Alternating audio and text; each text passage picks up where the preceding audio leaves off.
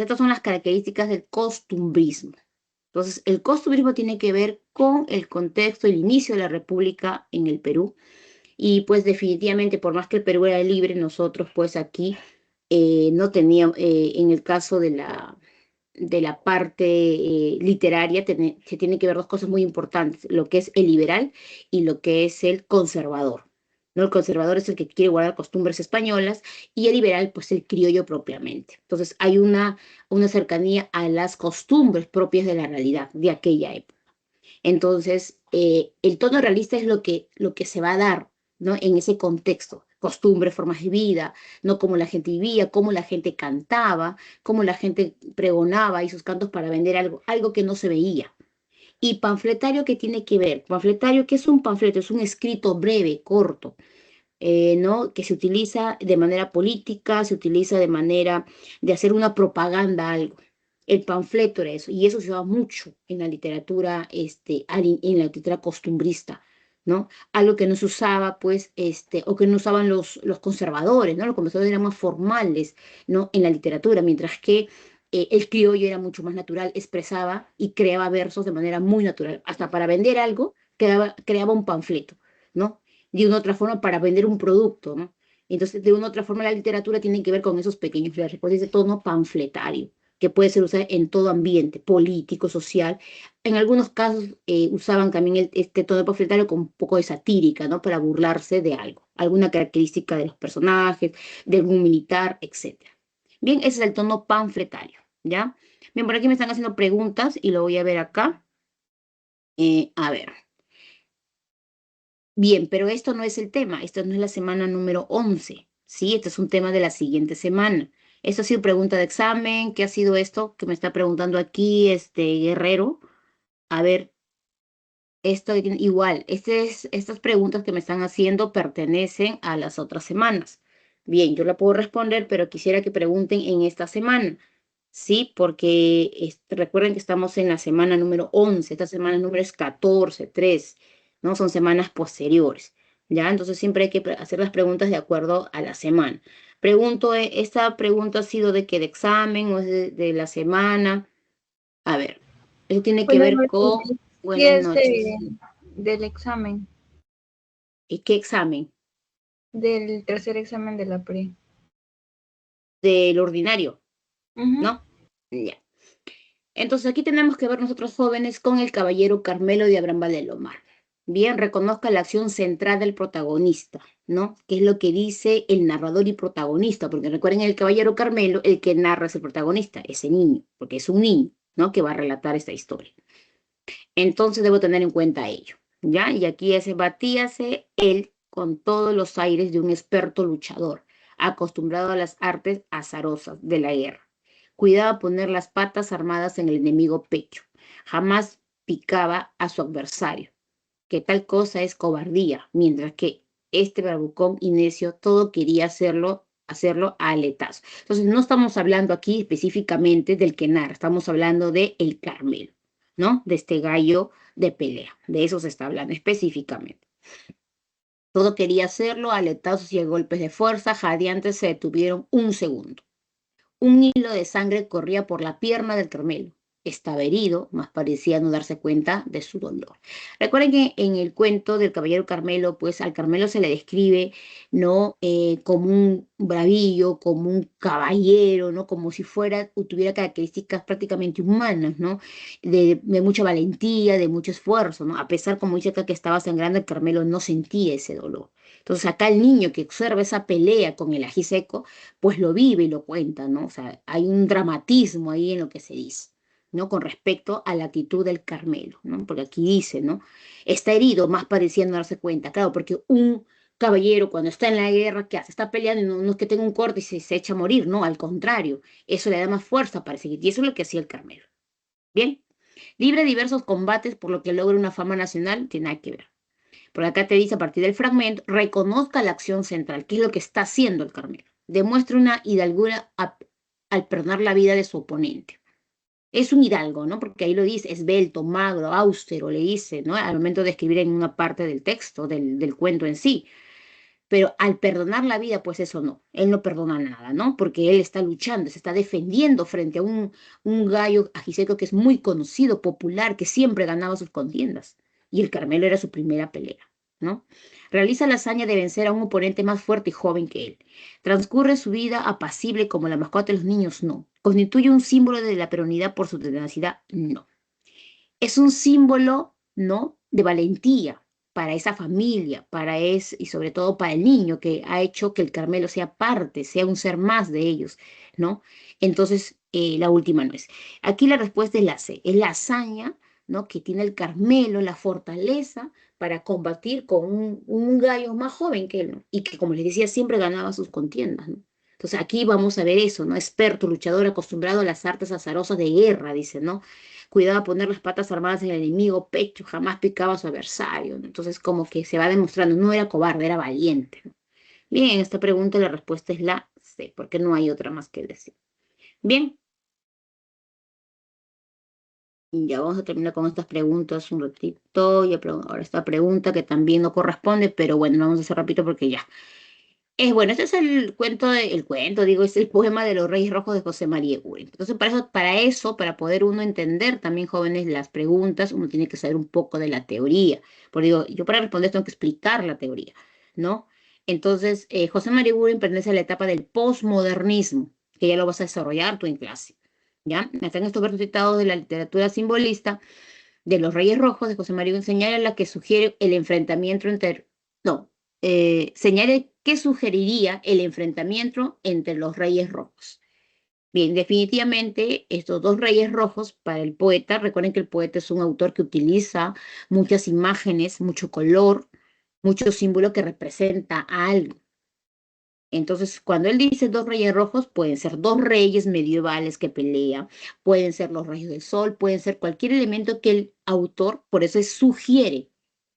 Él no te dice, sí, es tal elemento, no, él hace una sugerencia a muchas cosas. Puede ser el amanecer, puede ser la lucha del día a día, etcétera. Entonces, hay mucha sugerencia en la poesía de Guri. Justamente en la pregunta dice, señala la alternativa que sugeriría el enfrentamiento entre los reyes rojos, ¿no? Entonces, ¿qué dice acá? El enfrentamiento de dos monarcas.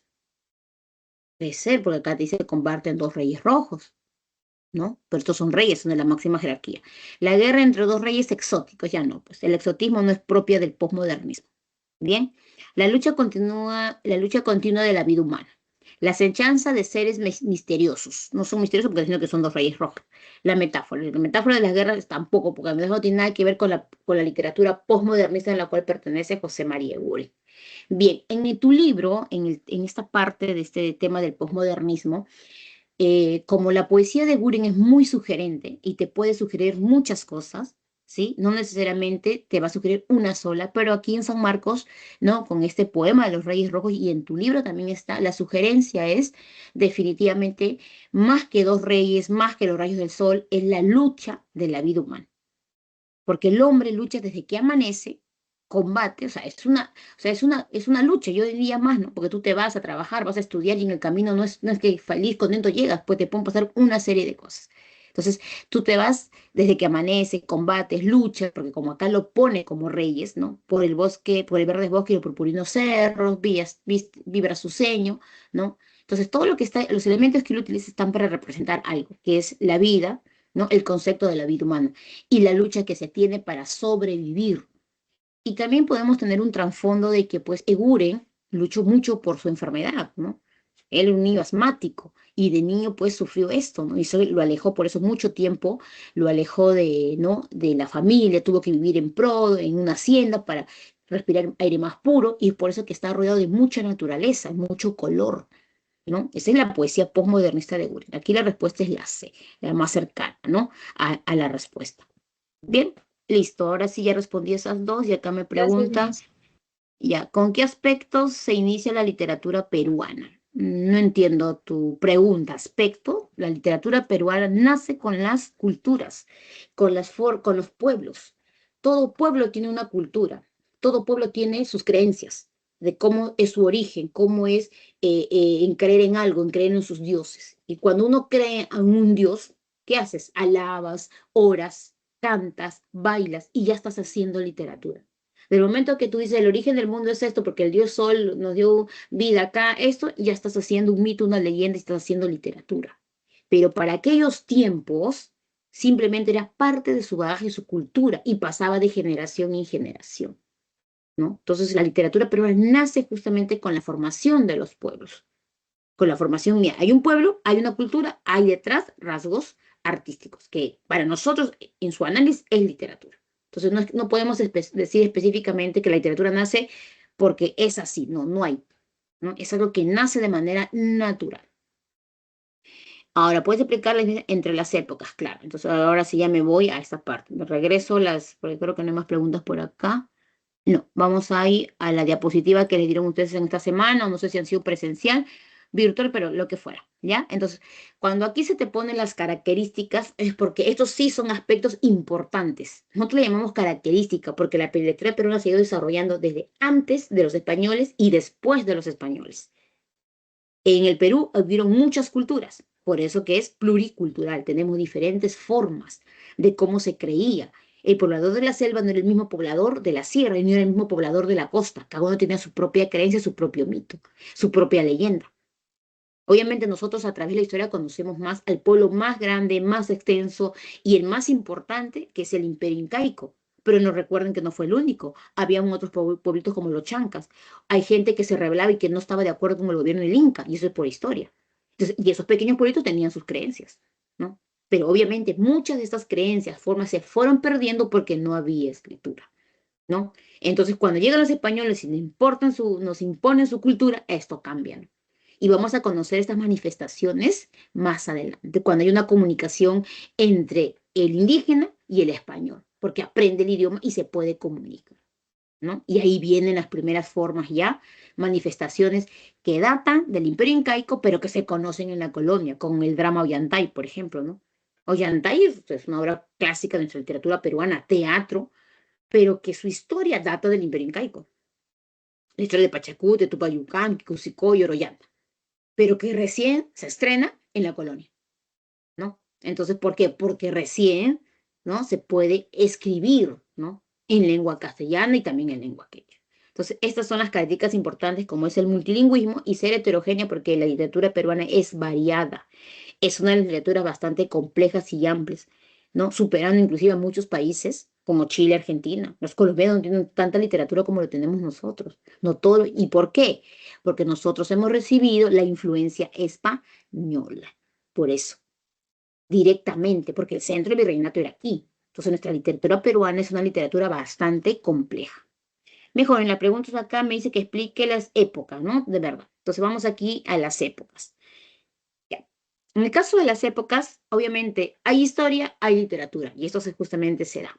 Cuando hablas de la parte prehispánica, estás hablando de antes la llegada de los españoles. Y antes de la llegada de los españoles, ¿quién está? El Imperio Incaico. Y el Imperio Incaico tenía su literatura. Tenía su literatura. Ellos manifestaban, cantaban, oraban y usaban versos. En el Imperio Incaico, ¿qué había? Mitos y leyendas, porque ellos tenían su creencia de cómo se formó el Imperio Incaico, ¿no? La leyenda de Manco Cápac y Mamahoyo, la leyenda de los hermanos Sayar, etc. También tiene mitos, el mito de Huiracocha, el mito de Nailán, cómo se creó el mundo. Ellos tienen eso. Y ellos se lo pasaban de generación en generación. También tienen poesía, porque ellos adoraban a muchos dioses, porque había lluvia, había cosecha, la agricultura era parte de sus costumbres. Entonces ellos cantaban todo y había. También se enamoraban, también sufrían cuando alguien se moría, es decir, había de todo.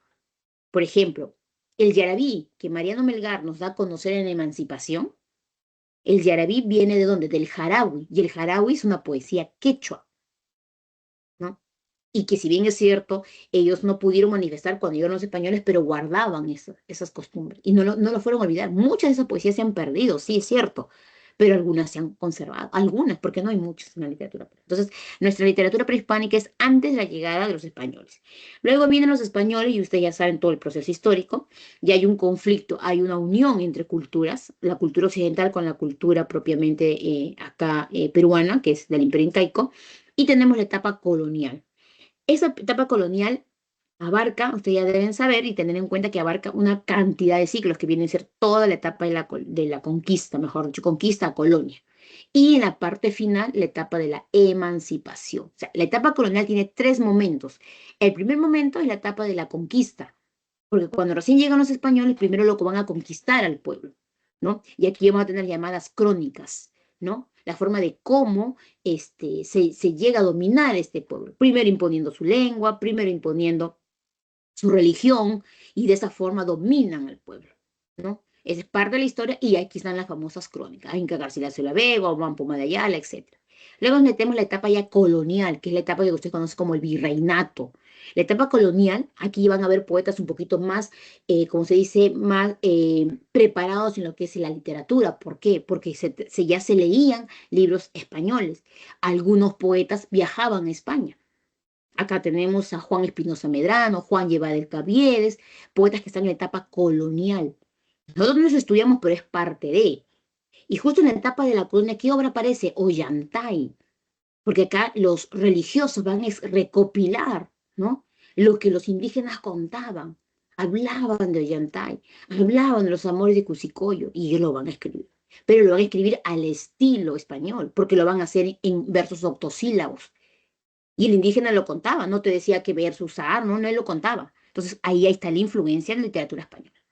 Y luego ya terminando ya la colonia, cuando ya están los criollos, porque recuerden en esta etapa se funda la Universidad Mayor de San Marcos, entonces hay gente que se prepara, hay gente que estudia en la Universidad San Marcos, ¿no? Y entonces hay mucha gente culta, ¿no? Que fácilmente ya no lo vas a poder dominar como un indígena. Entonces vienen los llamados criollos, los que van a hacer la etapa de la emancipación. Me quiero emancipar, me quiero liberar, ¿no? Porque ellos también podían gobernar. Y en esta etapa de la emancipación, ¿quién aparece? Mariano Melgar. Mariano Melgar lucha por la independencia del Perú, por la emancipación, pero también nos deja literatura, que es la literatura de la emancipación, ¿no? Con sus yarabíes. Entonces, esa etapa es la etapa más amplia que tiene nuestra literatura peruana. Y ahí terminando, y cuando ya se logra, ¿no? La independencia, ya viene la etapa republicana, que es la última etapa, ¿no? Y a partir de la independencia vienen, pues ya, que viene ya la influencia también, ¿no? De las corrientes literarias, ¿no? Viene el costumbrismo, lo que se ha visto esta semana, viene el romanticismo, viene el realismo, viene la vanguardia, y la literatura peruana se va consolidando, porque van a venir los poetas, ¿no? Y ahora no solamente hay un solo estilo, hay poesía, hay narrativa, hay teatro, etcétera, ¿no? Entonces, ese es el proceso histórico de nuestra literatura peruana en sus diferentes épocas, ¿no? Nuestra literatura, como le digo, peruanos jóvenes, es amplia, es extensa, no abarca un solo estilo, ¿no? Y en cada momento que se ha vivido han dejado huella los poetas. Cada poeta deja huella y el otro ha continuado, ya, ¿no? Hasta lo que tenemos en la actualidad, terminando con Mario Vargas Llosa y los poetas ya contemporáneos. Mis jóvenes, ¿listo? ¿Alguna pregunta más? Ese es el proceso histórico de nuestra literatura peruana, ¿no? Y acá me dice, replantea mi pregunta, disculpe, quería referirse al costumbrismo, ¿en qué época se inició? Ya, entonces ahora sí vamos a ir por acá.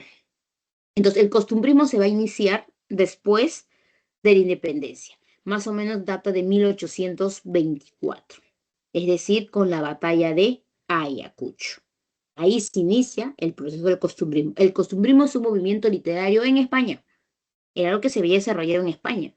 Y entonces aquí en el Perú se da porque aquí en el Perú, por más que ya se era libre, todavía la sociedad, porque el costumbrismo se da en la ciudad de Lima, y Lima era cercado de Lima, ¿no? Lo que tú conoces cercado de Lima, Plaza de Armas, alrededores, nada más, eso era Lima, ¿no? Y ahí se centraba acá el poder del virreinato y todo ello. Entonces, como ya el Perú era independiente, entonces la gente pues estaba feliz porque ya era libre. Pero ahora, ¿quién iba a gobernar? Todo el mundo se peleaba por gobernar, pero mucha gente de sociedad quería guardar costumbres españolas, porque así habían vivido más de 300 años, los matrimonios concertados, por ejemplo, uno de ellos, ¿no? Las costumbres ridículas de bailarse un vals, un baile en un salón, no en la calle. ¿Y qué hacía el liberal? El liberal no es el que quiere hacer lo que le da la gana. El liberal está viviendo su momento de manera natural, que es lo que nosotros hacemos hoy en día, ¿no? Entonces, el conservador que quería guardar costumbres españolas porque tenía descendencia española, habían nacido en el Perú, pero habían sido educados en España y luego regresaban al Perú. Entonces y mientras que el criollo había nacido aquí en Lima y tenía costumbres propiamente. Entonces había un enfrentamiento en esas costumbres. En el criollo, que era de clase media, pobre, y que podría ascender a la clase alta, pero la clase alta no dejaba, era cerrada, era un círculo cerrado. Entonces había una lucha de pensamientos entre el conservador y el liberal. Así surge el costumbrismo en nuestro país. Es muy corto, 1824 hasta 1840, porque ya va a venir, ¿qué cosa? Viene el romanticismo, ¿no? Y el romanticismo ya viene desde Europa, ¿no? Con cierto retraso al Perú, pero que se va. ¿Bien? Entonces, jóvenes, eso tiene que ver con el inicio de la República, ¿no? Por eso acá dice un periodo inestable, desordenado, todos querían gobernar, eso saben saber ustedes por la historia, ¿no? En esta parte, este, se va a dar, ¿no? Aproximadamente, como les digo, hasta 1840. O sea, es corto el tiempo, pero hay una literatura propiamente peruana y que el teatro, ¿no? El teatro, la sátira, ¿no? El periodismo van a ser los medios para poder comunicarse y dar a conocer esta literatura, ¿no? Bien, jóvenes, este es con respecto a lo que me preguntaba acerca de lo que es el costumbrismo en el Perú, ¿no? Nosotros tenemos costumbres que nos han quedado, ¿no? De esas épocas, palabras, por ejemplo. A ver, ¿quién no sé, mientras que están ahí escuchándome, quién no escuchó la palabra, fulano?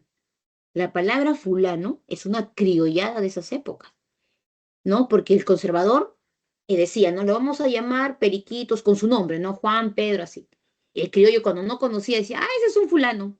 ¿Quién será? Pues, ¿no? Porque como no sabías el nombre, decías el término fulano. Para el conservador, eso era un escándalo, ¿no? Eso, uy, una falta de respeto a la lengua española. Tú no podías hablar así. Pero el criollo lo hacía de manera natural y no estaba ofendiendo a nadie. Era el lenguaje propio de la... Tampoco era una vulgaridad, era una forma de expresarse que no, como ya eres independiente, pues tú puedes expresarte, ¿no? Y muchas palabras que se usaban acá en Lima no se usaban en España, no estaban ni en el diccionario. Y eso más adelante Ricardo Palma también lo va a mostrar en su diccionario, porque el criollo le salían las palabras de manera natural y no porque no estaban, no lo podía decir. Y muchas palabras que cambiaban también sus significados, ¿no? Entonces, todo ello es el cambio de una costumbre, más de 300 años de haberte gobernado y en un día, en un año no lo vas a cambiar. Es muy difícil, ¿no? Pero pues la literatura es el medio justamente para poder mostrar esa costumbre y corregirla, ¿no? Porque justamente vienen los matrimonios concertados, ¿no? Había mucho respeto. En la próxima semana ustedes van a ver la obra Ñacatita, ¿no? En Ñacatita la chica no quiere casarse con un hombre mayor. Las padres han concertado el matrimonio, sobre todo la madre. Pero la chica expresa lo que siente y dice, no me quiero casar, pero respeto su decisión, porque había mucho respeto entre de los hijos hacia los padres. Y eso es muy importante, ¿no? Que de repente se ha perdido, ¿no? Pero era la forma de vida. Y así se daban los matrimonios. Y luego, pues, ¿no? Estas situaciones se ven ridículas, ¿no? Porque casar a una niña simplemente por mantener un estatus o salir de la pobreza no era lo correcto. Porque la niña tenía sentimientos y podía estar con alguien de su edad. ¿Por qué negarle, no? Entonces, todo esto se da justamente en esta sociedad e inicio de la República en el Perú. Bien, jóvenes, algo más, por favor, que quieran, puedan preguntar.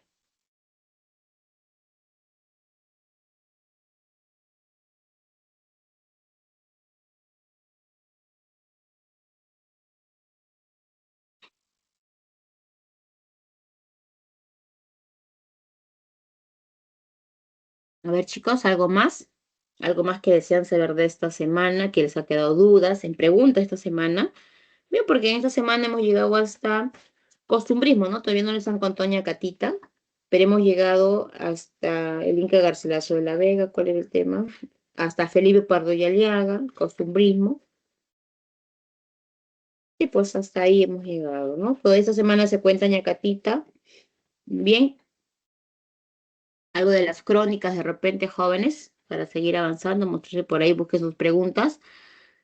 Por acá tenemos a Garcilaso de la Vega, ¿no? De repente por ahí alguna pregunta acerca de los comentarios reales, ¿sí? Que es una, por ejemplo, es una de las obras que aparentemente nosotros decimos, ah, no, es historia, ay, ¿no? Es que qué me va a decir, pero yo me acuerdo que cuando me mandaron a leer esta obra, yo también sufrí, ¿no? Porque decía, ay, ¿cómo voy a leer esto? ¿No? Qué aburrido, pero no. Si bien es cierto, lo que hace Garcilaso con sus comentarios reales es pues expresar, comentar, tratar de corregir, tratar de mostrar, cómo era el imperio incaico, cómo eran las costumbres indígenas en la época. Algo que la historia no te dice. La historia te dice, pasó esto y listo. Pero él nos narra costumbres, ¿no? Propias que él escuchó de sus abuelos, de su madre, su pasado incaico, y que algunas también los vivió. Se dice que Garcilaso Jóvenes vivió justamente, y más o menos dice que tenía 15 años, o entre 15 y 14, no hay una edad exacta, porque también no está en las crónicas, que él pudo presenciar cuando lo atraparon a Atahualpa, ¿no? Atahualpa en Cajamarca. Y luego por eso que él narra esto de manera así muy detallada, algunos aspectos importantes de esta captura, ¿no? No necesariamente es porque él se lo contaron, sino él pudo presenciar algunos aspectos de ello, porque él estuvo en el Perú hasta los 20 años, ¿no? Y después se fue a España y nunca regresó. Entonces, lo que hace Garcilaso aquí en sus comentarios reales tiene muchas partes importantes y muchas veces los han puesto en preguntas cuando ponen fragmentos acerca de los dioses, ¿no? Cómo era la religión en los indígenas, y él te lo explica, en quienes creían y por qué creían, ¿no? Entonces hay cosas muy importantes en algunos de sus libros que él tiene, ¿no? En la primera parte, ¿no? Te va explicando, por ejemplo, la deducción del nombre Perú, ¿no? Él lo explica, esa es la parte literaria. La historia me dice otra cosa, pero Garcilaso en su parte literaria nos explica de cómo nace el nombre Perú, ¿no? Y es algo que la historia no te explica, te dice de otra manera, ¿no? Entonces, él lo explica a través justamente de las palabras, ¿no? Del sonido de las palabras. Y era algo que, pues, del quechua al español, lenguas muy diferentes, ¿no? Y justamente la palabra Perú sale de la palabra Berú, sale de la palabra Pelú y finalmente Perú, un juego de sonidos. ¿Y por qué? Porque por el desconocimiento de la lengua. ¿Y dónde está eso? En los comentarios reales en la primera parte. Y así hay muchos libros muy interesantes, muy importantes, y que de repente costumbres que hasta ahora no han cambiado y que a veces no nos hemos dado cuenta, ¿no? Que todavía conservamos nosotros sin querer, ¿no? Aspectos que obviamente día a día pues esta población mantenía y que ha quedado, ¿no? Las creencias, la forma de organizarse, la forma de vida, ¿no? Garcilaso también habla del trabajo, la gente cómo trabajaba en la época, ¿no? La gente no vivía así nomás, ¿no? La gente se dedicaba, trabajaba, vivía en ayllus, trabajaba las tierras, las mujeres iban a la yaguasi, o sea, todos tenían un rol que cumplir.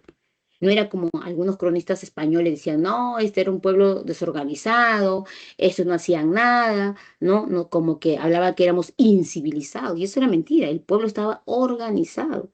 Si bien es cierto, no tenía escritura, pero estaban organizados, era la forma de vida. Entonces, todo esto se da pues a través de las crónicas, ¿no? Y Garcilaso lo que quiere justamente es mostrar esa realidad. Él tiene una doble nacionalidad, él es español y es raza indígena, es mestizo, pero no por eso él va a dejar de decir y poder verificar lo que hablaban muchos cronistas, ¿no? Que hablaban, no hablaban cosas reales, ¿no? Porque las crónicas van a ser documentos que la realeza lo pide, porque no había cómo saber qué pasaba en el Perú, ¿no? Y a veces las mismas crónicas que se llevaban allá no coincidían, porque un cronista decía una cosa y otro decía otra cosa, del mismo hecho. Y es por eso que aquí van a surgir muchos cronistas mestizos, cronistas indígenas y cronistas españoles, ¿no? Entonces, justamente porque eran versiones distintas del mismo hecho.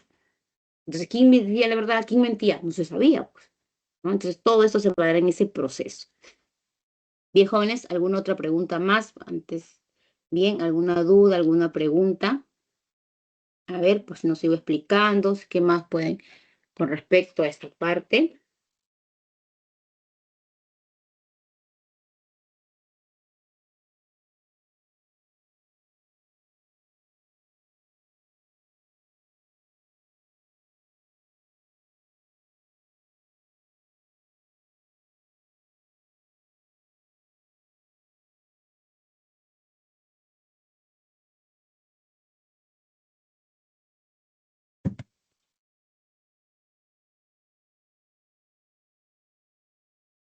A ver, Bexabe, creo que está por ahí. ¿Alguna pregunta, alguna duda? Solita te has quedado tú por aquí. Bueno, creo que los demás ya se han ido, porque no me han hecho más preguntas. Bien, a ver otro detalle más.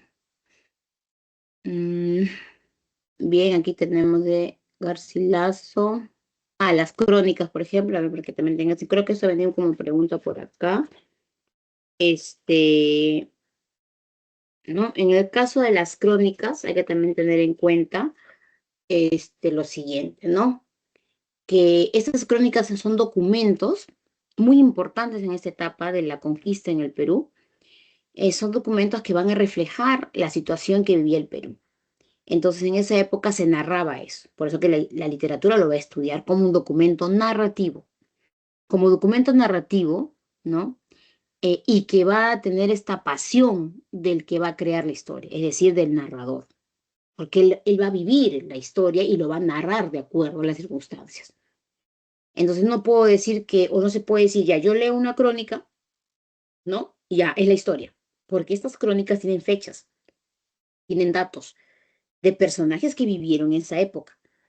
Francisco Pizarro, ¿no? Atahualpa, Huáscar, todos esos datos, las guerras civiles, están ahí.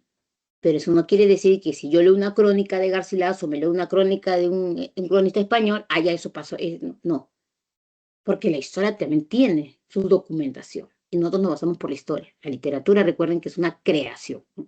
Es algo que se va a dar, se va a crear. Entonces, por eso que acá dice pretensión histórica, quiere decir eso. Posee una pretensión histórica, pero no es la historia.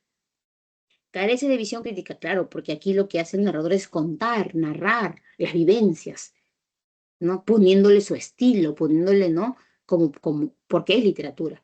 Pero aquí el narrador, el poeta, no se pone a criticar, no me pareció, no me gustó, ¿no? Y critico la historia, no. No puede hacer eso, ¿no? Porque solamente está narrando un suceso. Acá, una vez más, dice acá, tiene el estilo y la personalidad del autor, claro, pues no, Garcilaso tenía un estilo propio, tenía que ser imparcial, no podía hablar mal tampoco de España y tampoco de sus raíces, entonces él tenía que practicar como si con mucha fidelidad lo que estaba diciendo. Obviamente algunos lo van a señalar, juzgar, ¿no? Entonces, ese es con respecto a las crónicas, ¿no? Para que tengas en cuenta de repente algún detalle más que se te ha preguntado por ahí. En la separata les ponen, creo que la pregunta 4 y 5 les han puesto fragmentos, ¿no? De los comentarios reales, ¿no? Entonces hay que tener en cuenta que como estos fragmentos tienen dos partes y la primera parte tiene que ver justamente con todo el proceso del Imperio Incaico, ¿no? Todo con respecto a religión, costumbres, formas de vida, creencias que se tenían y que Garcilaso nos va a ir narrando de manera. Esos fragmentos que están en la pregunta 4 y 5 corresponden a ello, justamente a ello, a esa parte, ¿no? De la llegada, antes de la llegada de los españoles, todo. Y la pregunta 5 que tiene que ver justamente con la segunda parte ya. La pregunta 4 con la primera parte y la segunda con la llegada de los españoles, ¿no? Porque ahí van a haber guerras civiles, ¿no? Los españoles van a, como se dice, llegar al Perú y van a hacer, ¿no? Del país, pues, lo mejor que ellos creían, ¿no?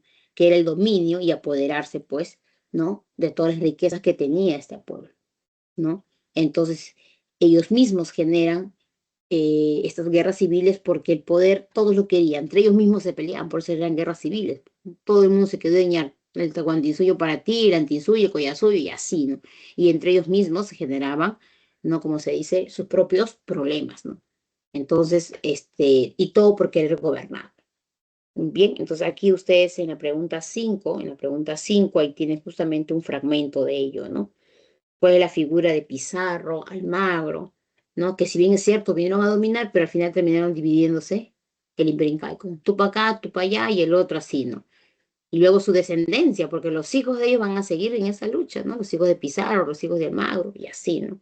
Entonces es una lucha constante y que Garcilaso pues nos relata esto en esta segunda parte específicamente, ¿ya? Eso también tienes que tener en cuenta porque a veces te ponen fragmentos para que identifiques, ¿no? A qué parte pertenece, a la primera, a la segunda, etcétera. ¿Ya? Bien. Una pregunta más, no veo que me exceden. Hay una pregunta más, a ver, me preguntó más por acá. Se fugaron muchos. Ya, algo más de saber, alguna pregunta para que ahí tengas una duda. Aprovecha ahí porque tienes siempre a veces queda cosas pendientes, ya te hablé de Garcilaso. Bueno, definitivamente también algún dato que debes tener en cuenta es que Garcilaso viaja a España a los 20 años y ya no puede regresar. Él viaja a pedir su herencia. Su padre había muerto y dice, bueno, él tiene una herencia porque él es un mestizo, ¿no? La familia de la Vega era importante en España. Pero llega allá y el Consejo de Indias pues no le quiere dar su herencia, ¿no? Primero le dice que se tiene que reportar o como español, ¿no?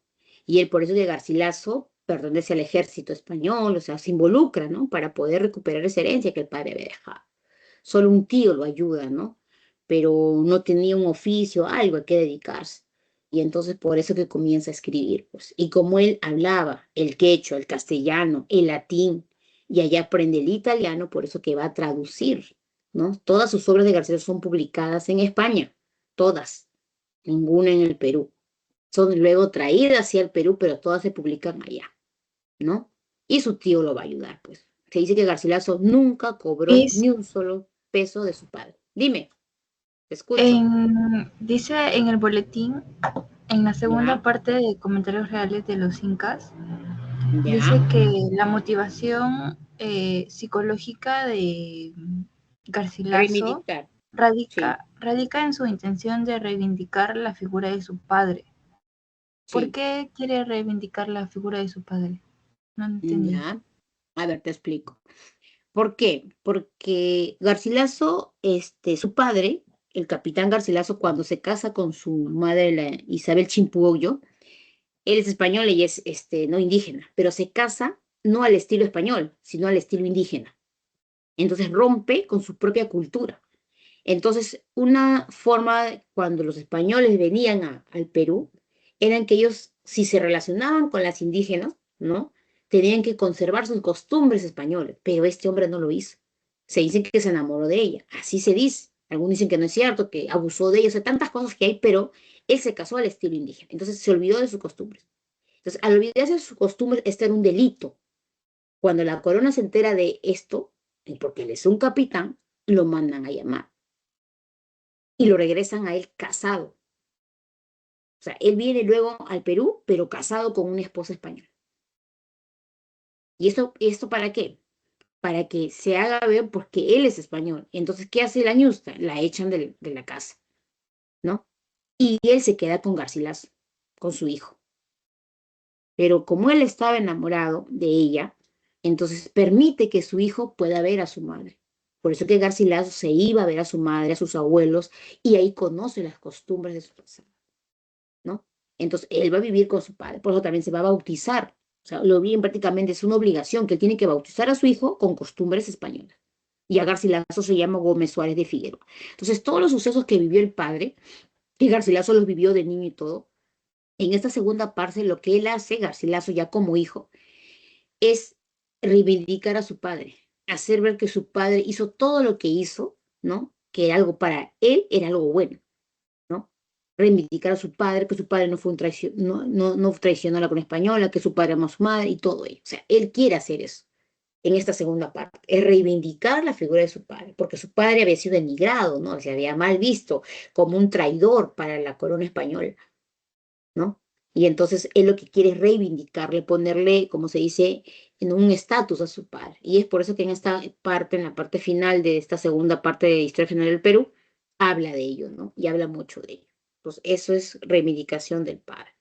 Y que es un aspecto importante, ¿ah? Porque a veces se pregunta examen, ¿no? Es un aspecto de esta segunda parte, a diferencia de la primera. En la primera su intención es conocer el pasado incaico y a la vez corregir los errores de otros cronistas. Como otros cronistas no contaban bien la historia, él lo que hacía era corregir.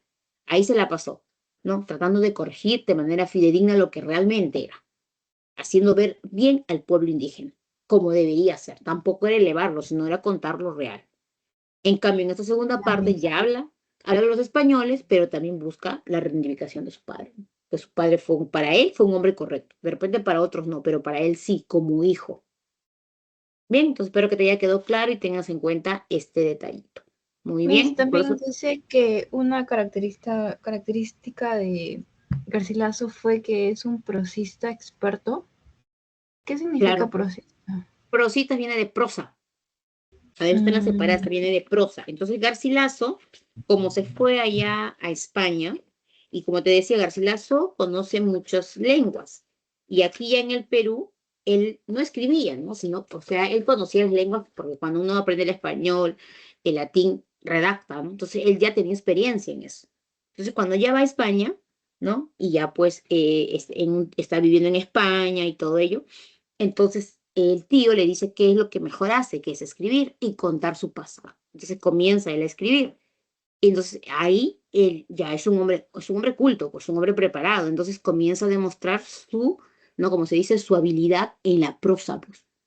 Aparte que es su habilidad, ¿por qué? Porque domina el español y domina el quechua. Entonces no es un poeta, sino más dominar dos idiomas, tres idiomas en la época es porque ya eres un erudito, pues. Hoy en día es distinto, ¿no? Pero para en la época de Garcilaso era eso. Entonces acá se dice que donde tú me estás diciendo que es acá, su dominio del quechua y proyecta, acá está, bueno, y proyecta su personalidad como autor, ¿dónde está lo de prosista? Pero sí le he visto de acá de prosista.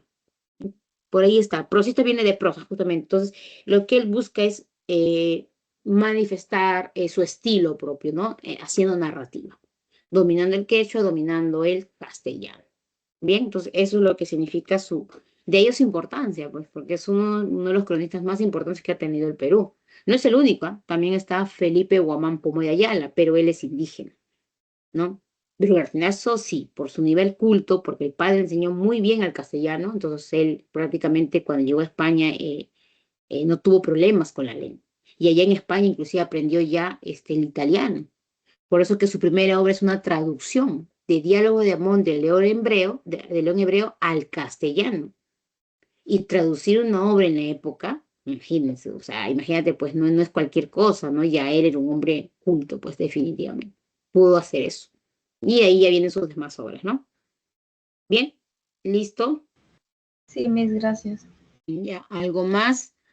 Nos hemos quedado solitas ahí, pero bueno, entonces para que tengas claro, aprovechar todas las dudas que tengas de esta semana, de ahí la importancia, te decía, de Garcilaso entonces.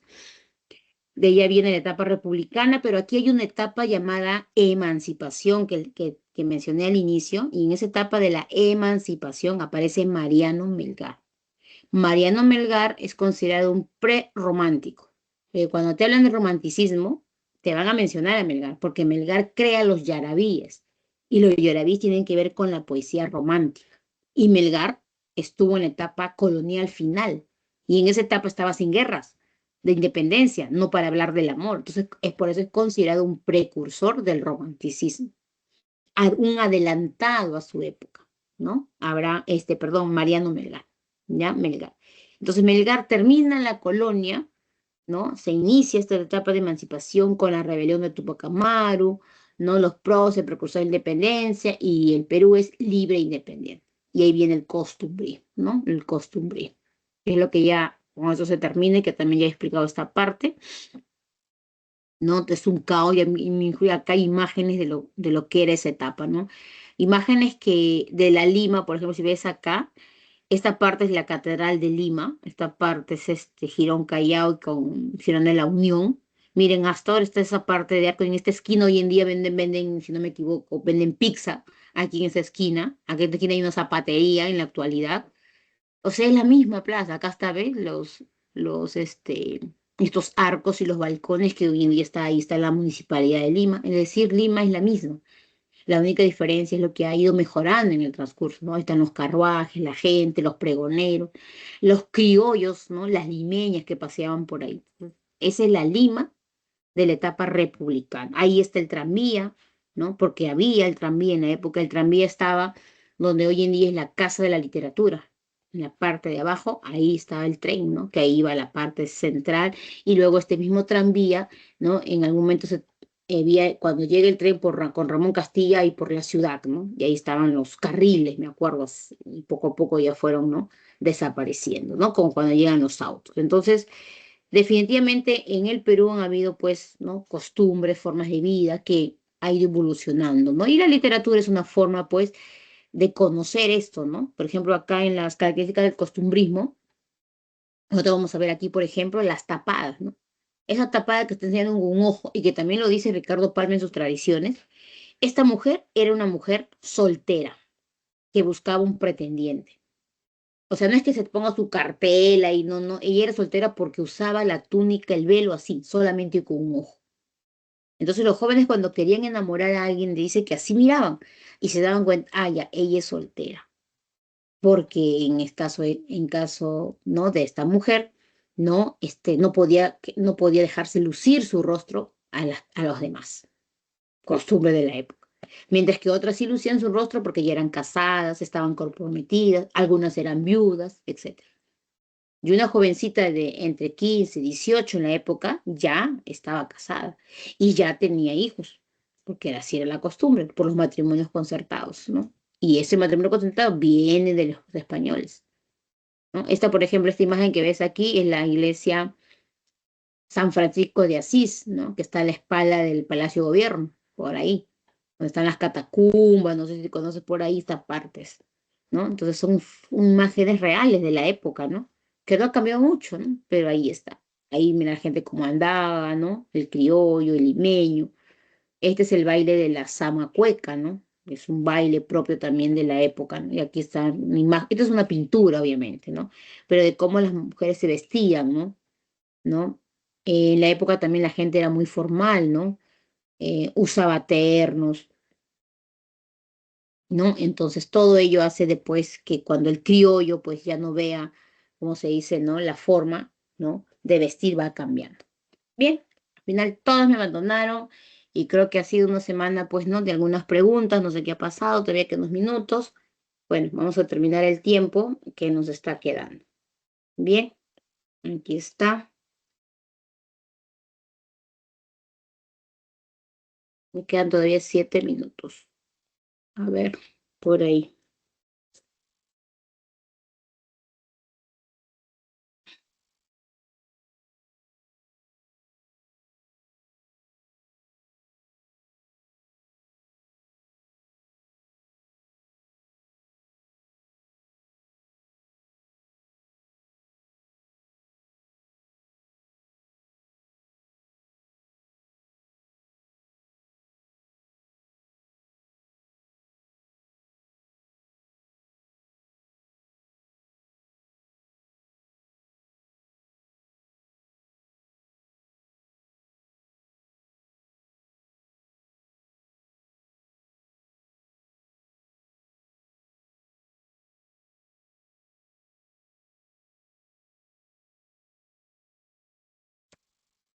Bueno, bien, entonces ya estamos terminando esta semana. Mm, no ha habido mucho que preguntar hoy día.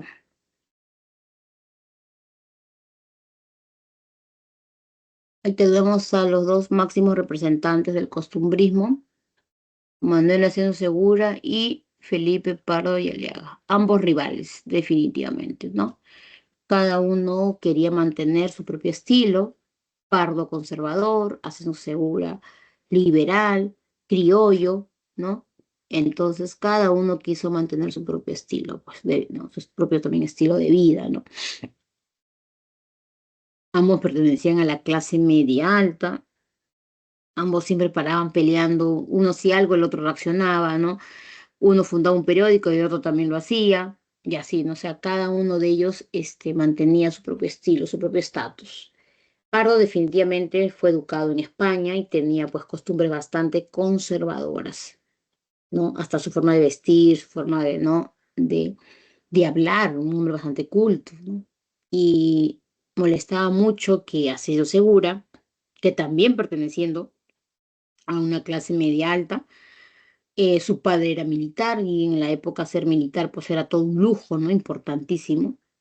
Y Manuel Son Segura también, ¿no? Su destino era ser militar, pero él dijo al padre que no era, que no iba a ser militar porque le gustaba pues escribir, narrar, ¿no? Entonces deja esa vida y se dedica a la literatura, ¿no? Al periodismo sobre todo, ¿no? A escribir en pequeñas piezas teatrales, pequeñas sátiras, pequeños poemas, ¿no? Y así van a ser, ha sido segura, ¿no? Cuando ella crea sus obras como ejemplos para poder cambiar conductas, ¿no? En las vidas de las personas, ¿no? Va a ser llevada a los teatros, pues, ¿no? Por eso que hay algunos teatros que llevan sus nombres. Felipe Porello es un teatro en la actualidad. El Teatro Manuel Segura también, el Teatro Segura, es decir, ellos son hombres importantes de nuestra literatura que han dejado su legado, ¿no? En la literatura. Bien, jóvenes, entonces creo que ya no hay nadie por ahí. No hay nadie más que quiere preguntar hoy día. Bien, ya estamos terminando.